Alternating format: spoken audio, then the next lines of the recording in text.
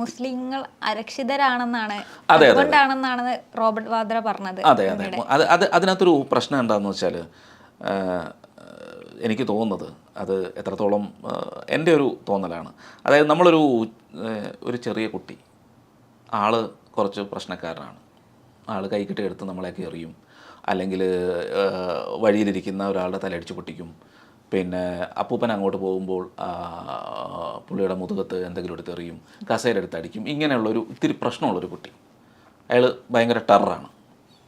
അപ്പോൾ നമ്മൾ പറയുകയാണ് ഈ കുട്ടി ഇത്തിരി പ്രശ്നമാണ്, അപ്പോൾ അയാളെ നമ്മളിങ്ങനെ വേദനിപ്പിക്കരുത്, പുള്ളിയെ ടെററാക്കാൻ നമ്മൾ സമ്മതിക്കരുത്. അപ്പോൾ പുള്ളി പറയുന്ന എല്ലാ കാര്യങ്ങളും നമ്മൾ സാധിച്ചു കൊടുക്കണം.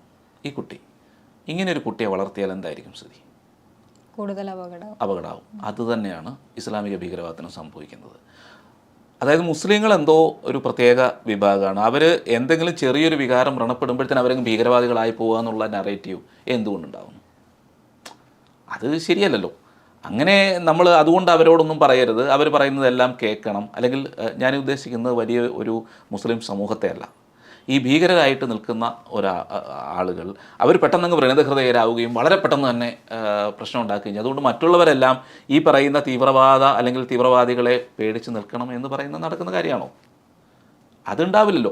അപ്പോൾ അവിടെ എന്താ ചെയ്യേണ്ടതെന്ന് വെച്ചാൽ, ഇവിടെ ഈ പ്രശ്നങ്ങൾ ഉണ്ടാകുമ്പോൾ അതിനെ അഡ്രസ്സ് ചെയ്ത് അതിന് പ്രതിവിധി കണ്ടെത്തിയേ മതിയാവൂ. അല്ലാതെ എങ്ങനെ മുന്നോട്ട് പോകാൻ കഴിയും? എല്ലാ കാലത്തും ഈ കുട്ടി പ്രശ്നക്കാരനാണ്, അല്ലെങ്കിൽ ഇയാൾ പ്രശ്നം ഉണ്ടാക്കും എന്നുള്ളത് കൊണ്ട് ഇയാൾ ചെയ്യുന്ന എല്ലാ കാര്യങ്ങൾക്കും നമ്മൾ സഹിച്ചുകൊണ്ട് മുന്നോട്ട് പോകാൻ കഴിയുമോ?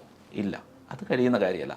ഇതാണ് പലപ്പോഴും ഈ വ്രണിതഹൃദയരാക്കുന്നു എന്നുള്ള വാചകത്തിൻ്റെ അടിസ്ഥാനം. അതായത് നമ്മളിങ്ങനെ ചെറിയ കാര്യങ്ങൾ പോലും അയാൾ പ്രശ്നമാകും, അതുകൊണ്ട് അവരെ ഇങ്ങനെ തലോടി മുന്നോട്ട് പോകണം എന്ന് പറഞ്ഞാൽ അത് നടക്കുന്ന കാര്യമാണോ? നടക്കുന്ന കാര്യമല്ല.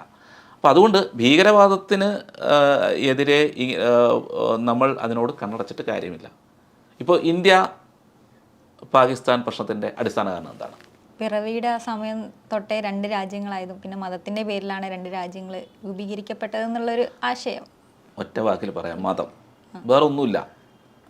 ഈ പ്രശ്നങ്ങളുടെ എല്ലാം പിന്നിൽ മതമാണ്. അവിടെ നമ്മൾ കണ്ണടച്ചിട്ട് കാര്യമൊന്നുമില്ല. എന്തുകൊണ്ട് പാകിസ്ഥാൻ ഉണ്ടായി? എന്തുകൊണ്ട് പാകിസ്ഥാൻ ഇവിടുന്ന് വേർപിരിഞ്ഞു? എന്തുകൊണ്ടായിരിക്കണം? എന്തിനാണ് മറ്റൊരു രാജ്യം വേണമെന്ന് പറഞ്ഞത്? സിമ്പിളായിട്ട് മതത്തിൻ്റെ പേരിലാണ്. അതെ, മതത്തിൻ്റെ പേരിൽ വേറൊരു രാജ്യം വേണം എന്ന് പറഞ്ഞു എന്നുള്ളത് സത്യമാണ്. അപ്പോൾ അതുകൊണ്ടാണ് പാകിസ്ഥാൻ ഉണ്ടായത്. മതത്തിൻ്റെ പേരിൽ ഒരു രാജ്യമുണ്ടായി അപ്പുറത്തുണ്ടായാൽ ആ മതത്തിൻ്റെ പേരിൽ വീണ്ടും അതിൽ പ്രശ്നങ്ങൾ ഉണ്ടാകുന്നത് സ്വാഭാവികമാണ്. അതിനകത്ത് നമ്മളവിടെ കണ്ണടച്ചിട്ടോ, അവിടെ മതമല്ല കാരണം നമ്മളവിടെ വെള്ള പൂശിയിട്ടോ പഞ്ചാര പുരട്ടിയിട്ടോ ഒന്നും ഒരു കാര്യമില്ല. ഇന്ത്യയും പാകിസ്ഥാനും എന്നുള്ള രണ്ട് രാജ്യങ്ങളുണ്ടായതിൻ്റെ പിന്നിൽ അടിസ്ഥാന കാരണം മതമാണ്. അത് കഴിഞ്ഞ് ഇങ്ങോട്ടുള്ള എല്ലാ ആക്രമണങ്ങളും എല്ലാ പ്രശ്നങ്ങൾക്കും അടിസ്ഥാന കാരണം മതമാണ്. വേറെ ഒന്നുമില്ല അതിനകത്ത്, വേറെ ഒന്നും നമുക്ക് പറയാനില്ല. ഒരുപാട് പേര് ചിലപ്പോൾ പറയുന്നുണ്ടാവും അങ്ങനെയല്ല ഇങ്ങനെയല്ല, അവിടെ ആയുധ കച്ചവടം ഇത് ഒന്നുമല്ല, മതമാണ്. അത് 1947 മുമ്പുള്ള സംഭവങ്ങൾ നോക്കിയാൽ നമുക്ക് മനസ്സിലാവും എന്തുകൊണ്ട് പാകിസ്ഥാൻ ഉണ്ടായി എന്നുള്ളത് നോക്കിയാൽ നമുക്ക് കാര്യം മനസ്സിലാവും.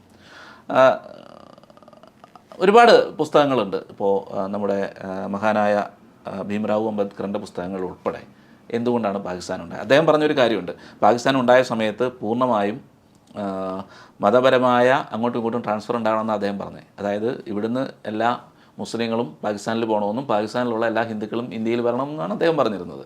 നടക്കുന്ന കാര്യമല്ല, പക്ഷേ അങ്ങനെയാണ് പറഞ്ഞത്. അപ്പോൾ അങ്ങനെ ഓക്കെ, രണ്ട് രാജ്യങ്ങളുണ്ടായി.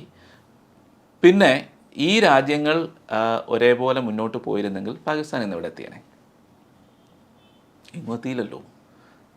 ഇപ്പോൾ ഗോതമ്പ് വാങ്ങാനും ഇതിനൊന്നും പൈസ ഇല്ലാതെ കിടന്ന് കഷ്ടപ്പെടുകയാണ്. അപ്പോൾ അതിൻ്റെയും അടിസ്ഥാന കാരണം മതം തന്നെയാണ്. എല്ലാ കാലവും ഇന്ത്യ വിരുദ്ധത മുഖമുദ്രയാക്കിക്കൊണ്ട് എത്ര കാലം മുന്നോട്ട് പോകാൻ കഴിയും? അപ്പോൾ പഹൽഗാം അറ്റാക്കിന് പിന്നിൽ ഇപ്പോൾ അതിനകത്ത് നമുക്കറിയാം എങ്ങനെയൊക്കെയാണ് ആളുകളെ കൊന്നെന്ന്.